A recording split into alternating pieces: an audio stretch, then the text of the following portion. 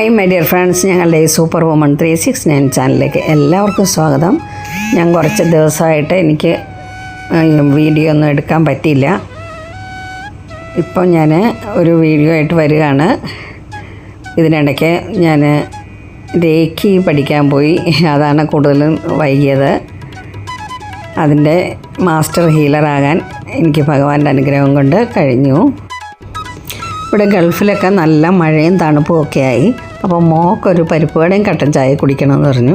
അപ്പോൾ അതിന് വേണ്ടിയിട്ടുണ്ടാക്കിയ ഒരു വടയാണ് ഞാനിപ്പോൾ കാണിക്കുന്നത്. ഇനി നമുക്കതിൻ്റെ ഇൻഗ്രീഡിയൻസ് നോക്കാം. കായപ്പൊടി വേണം, പിന്നെ ചില്ലി ഫ്ലേക്സ് വേണം, ചെറുതായിട്ട് കൊത്തിയരിഞ്ഞ ഇഞ്ചി, ഒരു 20 ചെറിയ ഉള്ളി അരിഞ്ഞു വെച്ചിട്ടുണ്ട്, കറിവേപ്പില ചെറുതായിട്ടൊന്ന് കട്ട് ചെയ്ത് വെച്ചു, 2 പച്ചമുളക് ഒന്ന് കീറിയതിന് ശേഷം ചെറുതായിട്ട് അരിഞ്ഞു വെച്ചു.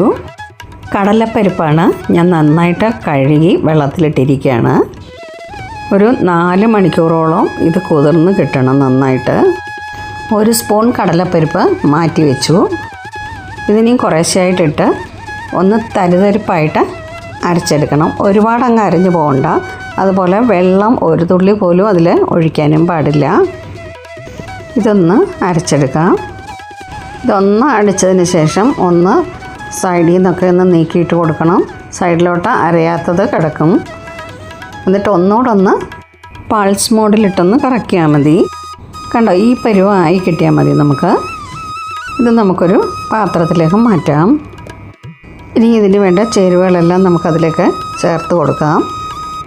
ആദ്യം തന്നെ 1 സ്പൂൺ കടലപ്പരിപ്പ് മാറ്റി വെച്ചിരുന്നത് ഇട്ടു, ചെറിയ ഉള്ളി അരിഞ്ഞത്, ചെറുതായിട്ട് അരിഞ്ഞ ഇഞ്ചി, പച്ചമുളക് അരിഞ്ഞത്, ചെറുതായിട്ട് അരിഞ്ഞ കറിവേപ്പില, 1 ടേബിൾ സ്പൂൺ ചില്ലി ഫ്ലേക്സ്, സ്വാദിനാവശ്യമായ ഉപ്പ് ചേർക്കാം.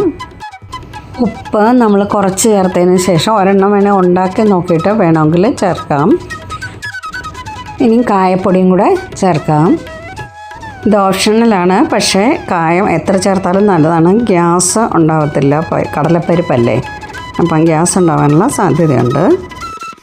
എല്ലാം കൂടെ നന്നായിട്ടൊന്ന് മിക്സ് ചെയ്യുക. ഇപ്പം നന്നായിട്ടിത് മിക്സ് ചെയ്ത് കഴിഞ്ഞു. ഇത് ചെറിയ ചെറിയ ബോൾസാക്കി എടുക്കുക. ഏകദേശം 1 സ്പൂൺ മതിയാവും. എന്നിട്ട് അതൊന്ന് ഉരുട്ടിയിട്ട് ഒന്ന് കൈയുടെ വെള്ളം വെച്ചിട്ട് ഒന്ന് പരത്തിയെടുക്കുക. അതിൻ്റെ സൈഡൊക്കെ ഒന്ന് തട്ടി ലെവലാക്കി കൊടുക്കുക. ഇത്രയാക്കിയാൽ മതി. നമ്മുടെ പരിപ്പ് വടയുടെ ഷേപ്പായി.